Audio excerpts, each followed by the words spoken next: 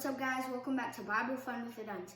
Today we're studying 1 Chronicles 22. Let's jump right in. Okay, so today Jeb and I were looking at this passage. We were reading it. Matter of fact, what we did was we turned it on my phone while we were kind of eating on some dinner.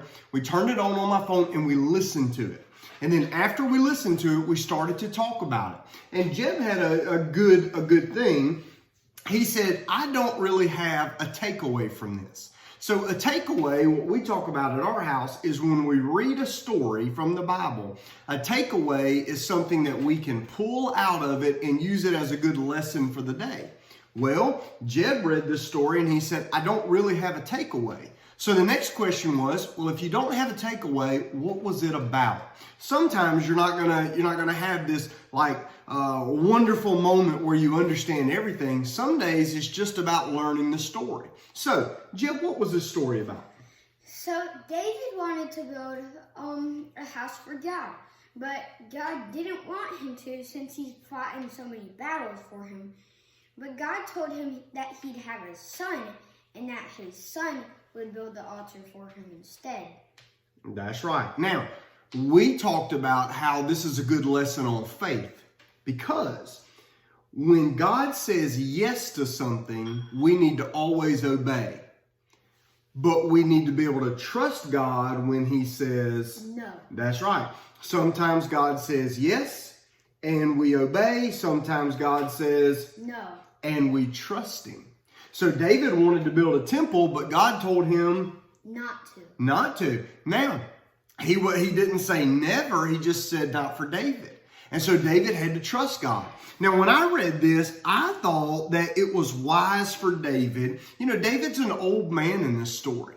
And David, if you put it in like football game terms, David knew that he was in the fourth quarter of life and that his job in the fourth quarter was setting up the game for the next team to come along. He had to set things up for who was coming later. As a matter of fact, one of my favorite verses in this comes in verse number 5, where it says, so David made abundant preparation for it before his death. Well, what is he preparing for?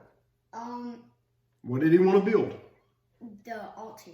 He did. He wanted to build the altar. He wanted to build the place to put out the bread, and he wanted to build the whole temple itself. Now, so David made abundant preparations before his death. I'm going to tell you this.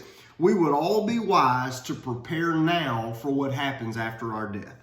Now, for David, that meant preparing for a temple, but for us, we would be wise if we would prepare our souls for where we will spend eternity after our death and for what we're going to leave behind for people who come up after us. Now, remember this great theme throughout the Bible, that there's a lot of times where God calls his people to start things, but they don't get to finish it. Okay? Think about it like this. Abraham was promised as many kids as there are, as sand on the seashore and stars in the sky. But he only lived to see his kids and some grandkids. Okay? So what happened? All of those kids came, but they came later. Moses led the people to the promised land, but Joshua had to take them in the promised land. David wanted to build a temple, but Solomon was the one who was going to have to do it. So sometimes people don't get to finish what they hope for, but they do have a hand in what happens to the next generation. The other thing is, look in verse number 11. It says, now my son, may the Lord be with you and may you prosper and build the house of the Lord your God as he said to you. So every parent wants their kid to be blessed. I want you to grow up and have a great life and to be super smart and healthy and strong and have a great job and a great family and a better dog than we have. Be sweet, Orville.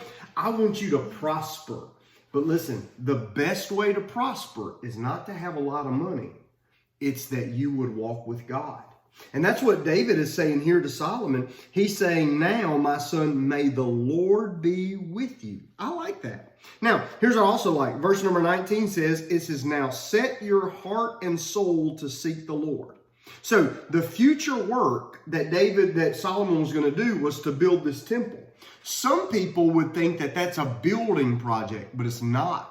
When you read this, he was supposed to set his heart on God for this project, which means it wasn't a building project. It was a soul project, a spiritual project, because they had to keep God at the center of their eyes. Then, last thing is we have the same verse here that we have that Joshua got when Joshua was about to take the people into the promised land. In Joshua 1:9, God told him, he says, do not be afraid or dismayed, for the Lord your God is with you. Do not fear. And so now David, before he dies, he's telling Solomon this long-standing lesson. Be strong and of good courage. Do not be afraid nor be dismayed. And here's what I think. There are 365 times in our Bible that it says, do not be afraid, which means we are able to live every day without fear because every day God tells us He's in control. Have a great day. We'll see you tomorrow in 1 Chronicles chapter number 23. Bye.